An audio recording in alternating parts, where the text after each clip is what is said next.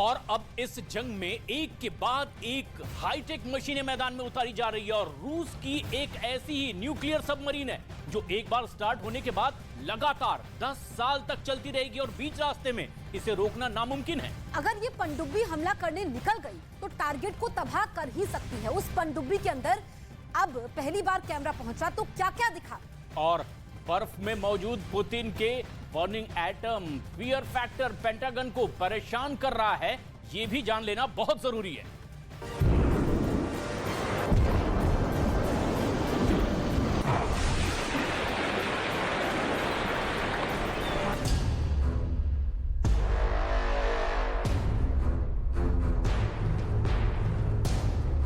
बर्फ से निकला पुतिन का महाबली।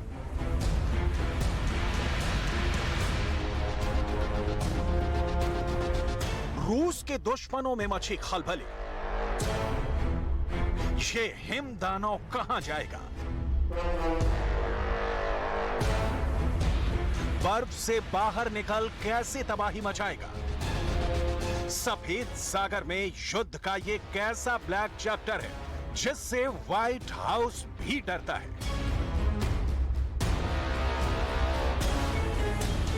रूस से जारी इस वीडियो को देखकर ज़ेलेंस्की के कैंप में सन्नाटा है। रूस के इस सबमरीन से नेटो के कमांड सेंटर में भूकंप आ गया है।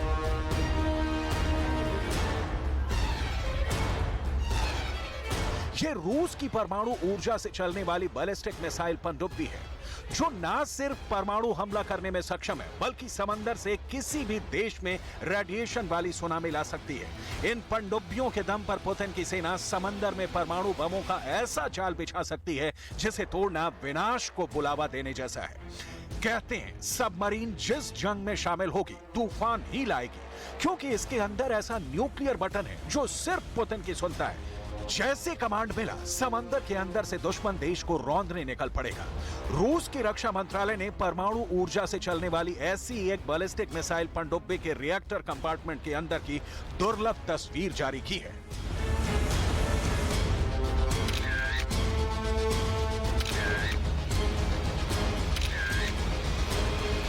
रूस ने पहली बार ऐसी तस्वीर जारी की है। इस तस्वीर में आपको इंजन दिखाई दे रहा होगा, लेकिन यह इंजन कोई साधारण सा इंजन नहीं है।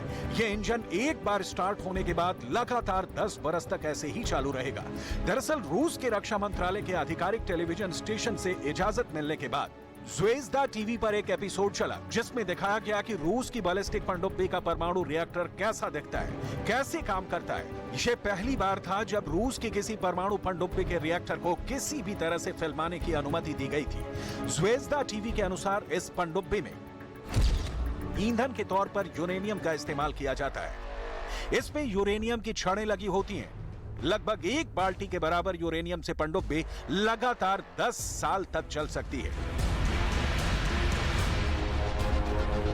अगर परमाणु हथियारों की बात आती है तो रूस ने पिछले 1 साल में नियमित रूप से अपने परमाणु शस्त्रागार पर दुनिया का ध्यान आकर्षित किया है। जिन परमाणु हथियारों पर रूस रहस्य का ताला लगाए रखता है उसे धीरे धीरे खोलने लगा है। इन्हीं परमाणु शस्त्रागारों में एक बड़ा हिस्सा रूस की परमाणु पनडुब्बियां हैं।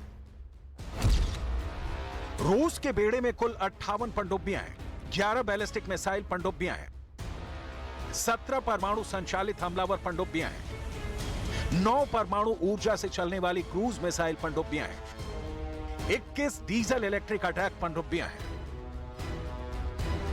सबमरीन के संसार में रूस ने एक ऐसी पनडुब्बी बना लिया है जिसका तोड़ कोई और देश नहीं बना पाया है। खबरें यहां तक हैं कि इस नए हथियार का पहला सेट बनकर तैयार हो गया है जो टेस्टेड भी है और ओके भी है। यह रूस का नया परमाणु हथियार है जो एक हमले में हिरोशिमा जैसे 100 परमाणु बम विस्फोट की तबाही ला सकता है।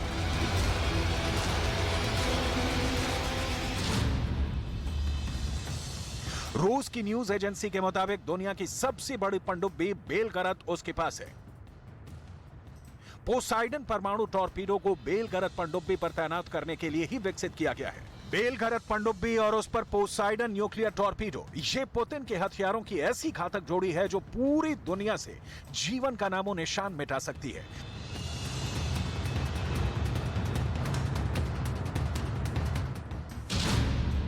बेलगरत पनडुब्बी की लंबाई 608 फीट है।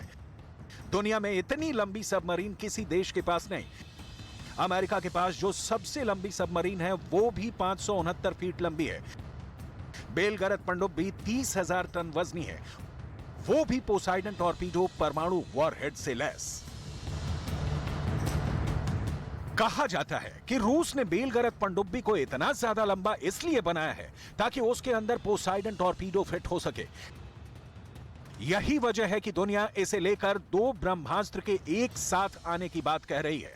रूस का मीडिया तो दावा करता है कि पोसाइडन टॉर्पीडो जापान के हिरोशिमा पर दागे गए बम से भी 100 गुना ज्यादा ताकतवर है।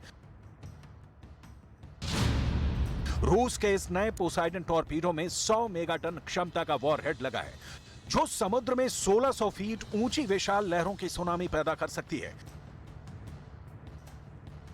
रिपोर्ट में दावा किया गया है कि पोसाइडन टॉर्पीडो ऊर्जा से चलती है। न्यूक्लियर रिएक्टर से मिलने वाली ऊर्जा की वजह से इसे रास्ते में रोकना मुश्किल होगा। बीच रास्ते में इसे रोकना मुमकिन नहीं। यानी अगर पनडुब्बी से पोसाइडन टॉर्पीडो हमला करने निकल गया तो अपने निशाने को तबाह करके ही रुकता है।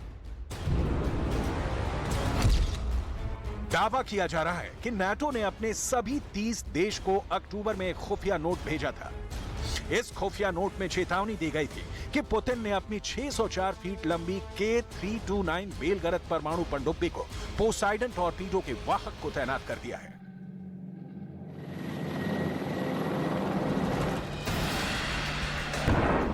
दरअसल रूस का लक्ष्य सिर्फ यूक्रेन युद्ध को जीतना नहीं है। रूस का नया टारगेट आर्कटिक नाम का बर्फ का ऐसा दरिया है जहां परमाणु युद्ध करके कब्जा पाना है। आर्कटिक आने वाले दिनों में किसका होगा, इसकी लड़ाई अभी से शुरू हो गई है। इस होड़ में रूस सबसे आगे दिख रहा है। वजह है आर्कटिक में रूस की सैन्य तैयारी।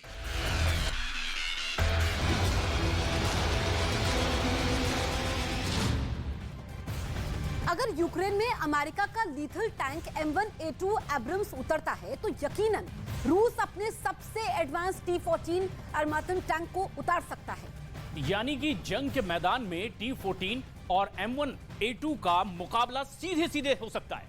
ये मुकाबला कैसा होगा इसे समझते हैं। दरअसल T-14 की टॉप स्पीड अगर 90 किलोमीटर प्रति घंटा है तो M1A2 एब्रम्स की टॉप स्पीड 72 किलोमीटर प्रति घंटा है। और इसके अलावा T-14 में सिर्फ जवानों की जरूरत होती है, तो वहीं दूसरी ओर M1A2 एब्रम्स के लिए 4 जवानों की जरूरत होती है। इसके अलावा अगर हम वजन की बात करें तो T-14 अरमातन M1A2 एब्रम्स के मुकाबले काफी हल्का है।